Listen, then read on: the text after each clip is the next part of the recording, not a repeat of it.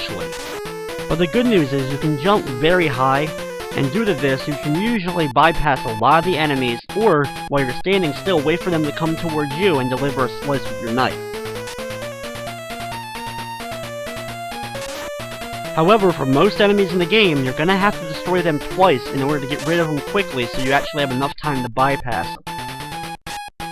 Every enemy in the game respawns over and over again after only a couple of seconds after you defeat it.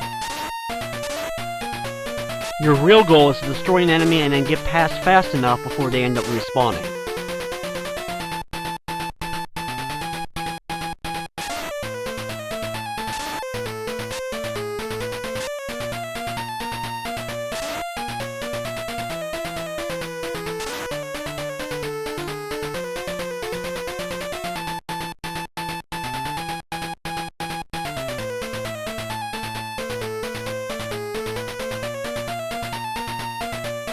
Warp Zone number 4 is easily one of the longest because of how slowly we move underwater.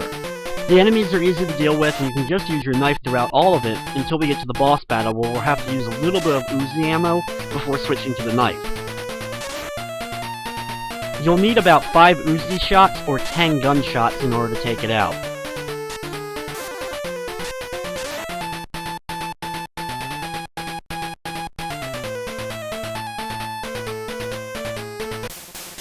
Once we finally make it to the end, it's time for the boss battle against this large turtle enemy.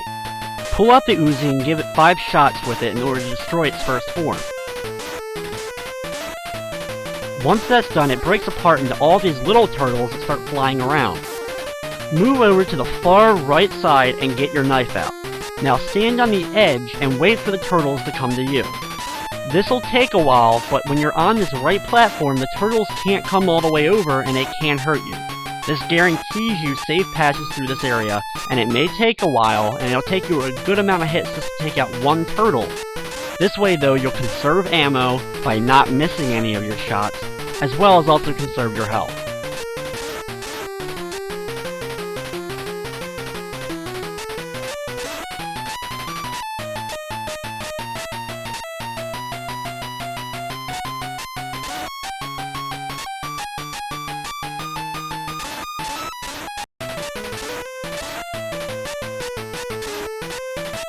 If the level wasn't long enough for you, this part definitely will be, because it takes so long to finally take out all these little turtles.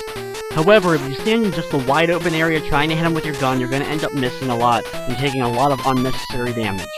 So it'll take a while, but it ends up being worth it.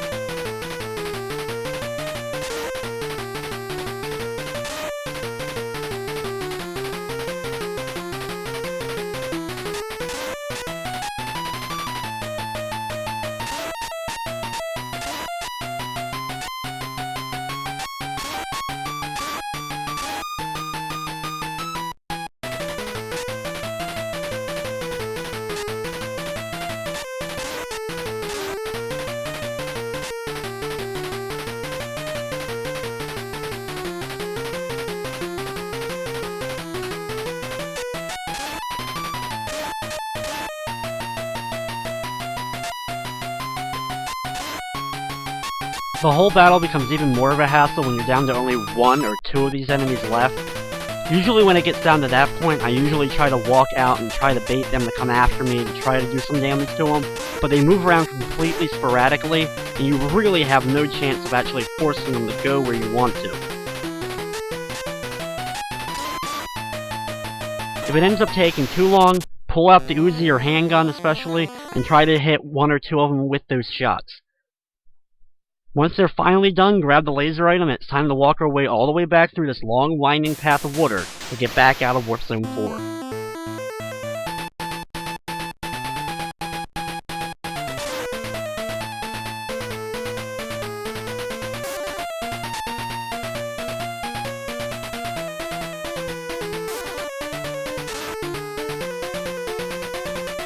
Even though we were able to conserve a lot of health by fighting that boss on the right side of the screen, Since it takes so long to walk back through, there's really no strategy as far as being able to walk through certain enemies or just run away from them and try to get through the area quicker. Thankfully though, this is the only complete underwater area of the game, so the other ones will only have a little bit of water to deal with, and you won't walk as slow throughout.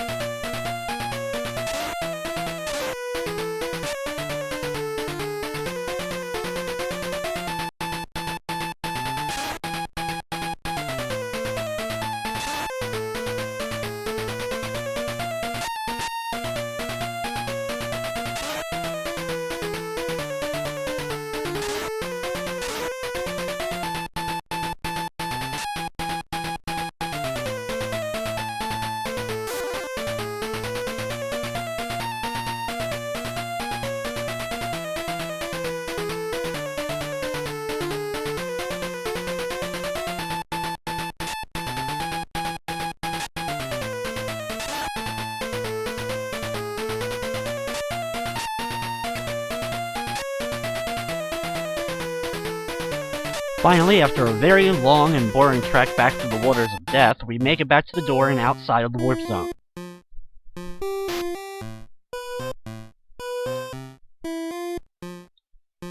You can see in the upper right corner we're slowly starting to gather the pieces of the laser rifle, and we only have 6 more pieces to get.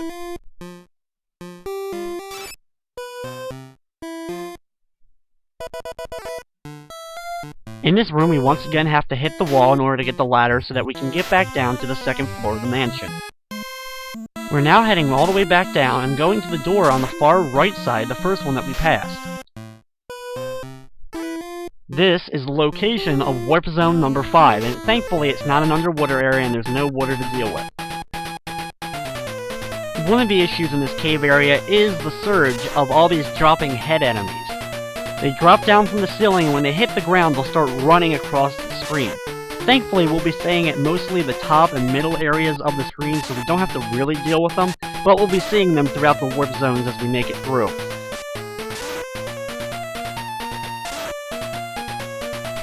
My best strategy for this area, just like all the other warp zones, is going to be using the knife to take out most of the regular enemies, and for the bigger enemies, either take them out with your guns and all, but if you have enough health, it's best just to get them to spawn and try to run away from them by jumping over them or going under them. Sometimes you can also get enemies, like this one right here, stuck in an area where you can just keep jabbing them with the knife. It'll take a little bit, but it'll save your ammo in the end.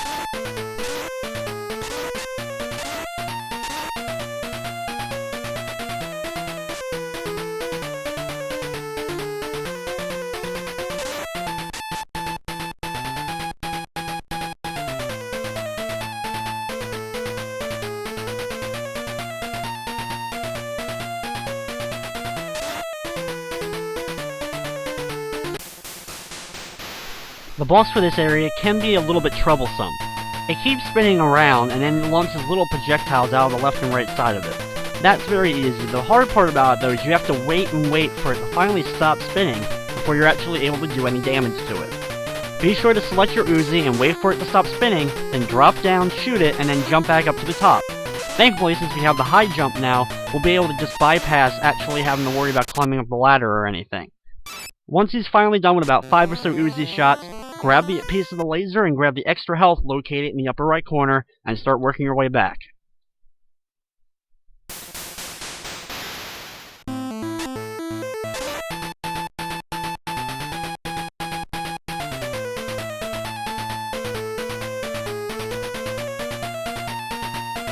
The key here is just remembering the path you took really to get here so that you don't end up running into any dead ends and that you can bypass most of these enemies. Like I said before, if you get too many things following you and you're really getting caught up by some of them, just pull out one of those grenades to take them out.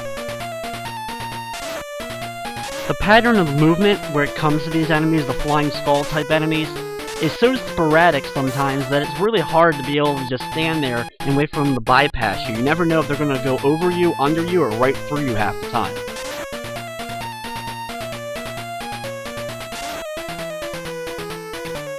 Also, since we do have that high jump ability that we got in the previous warp zone and that we used against the boss, that really comes in handy in these warp zones now because you can just really jump over most of the enemies when you're on an open area.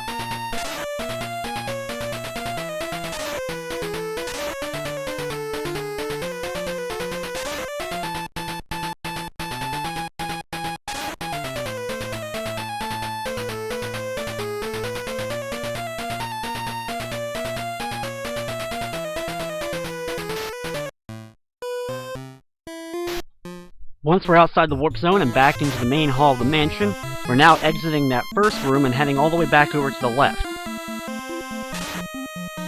We've actually passed the warp zone that we're going into now a few times, as it's located right here at the beginning of this room. Open up the door and head inside for another water-filled area. This one isn't like the last one, since you can actually get out of the water easily in a lot of the time, and be able to move quickly when you're outside of that water.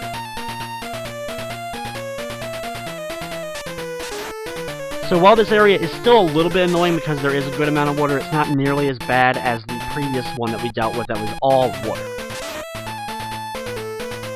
Once again though, while you're moving slowly throughout the waves, just use your knife to take out the piranhas as they come towards you.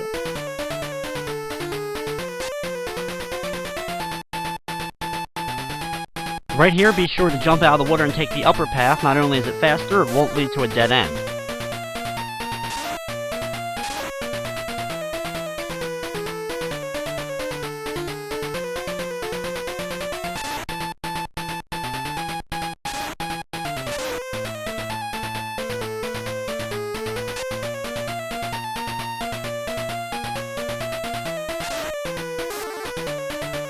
Most of the skull enemies at this point in the game I'm just going to completely bypass and run through, either by delivering a stab to them then running through them, or just bypassing them altogether and taking the damage if they hit me. The only negative though is of course being slowed up by the water, but thankfully I'm right near the end here and right near the boss battle. The boss is this giant underwater worm, so get out your Uzi and start firing at it. Overall it's pretty easy to take out. Fire the Uzi directly at it, and then pull out the knife when its projectile worm gets close to you. Timing your stabs here will allow you to conserve some of your main ammo, and use it only specifically on the big worm and not the little worms. Unfortunately though, he does take a good amount of shots to actually kill them.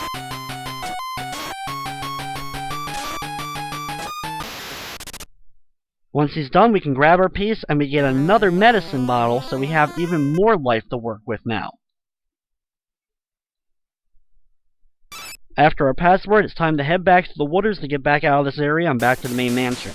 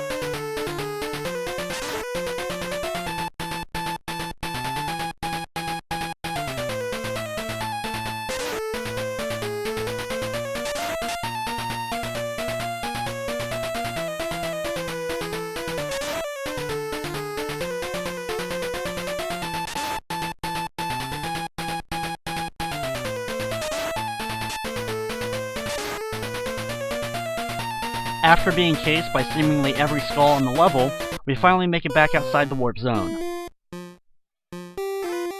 Work your way around the rooms and collect the potions if you need it in the room, and then hit the right side of the room so that you can go through the hole to get to the opposite side.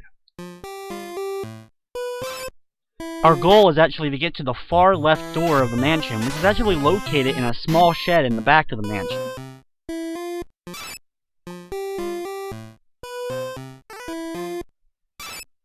Thankfully, since we're out of Uzi ammo, we're allowed to pick up some ammo there before heading outside of this room.